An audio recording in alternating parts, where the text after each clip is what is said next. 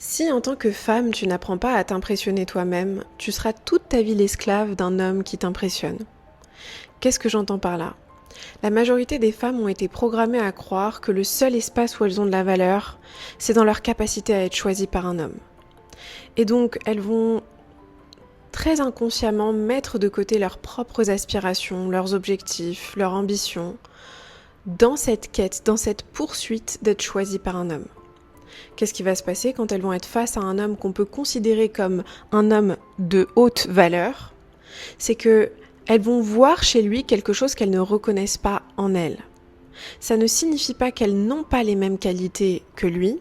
Simplement, quand elles vont être face à un homme qui a du succès, qui a de l'argent, qui a un pouvoir décisionnel, qui a la liberté de faire les choix qui sont justes pour lui, elles vont voir chez cet homme quelque chose qu'elles ne savent pas qu'elles ont déjà en elles. Et donc inconsciemment, elles vont mettre cet homme sur un piédestal.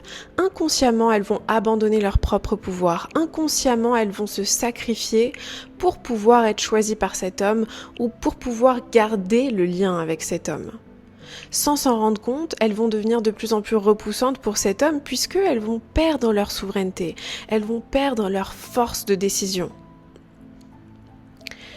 Être impressionné par un homme, c'est quelque chose de magnifique quand toi-même tu te considères impressionnante en tant que femme.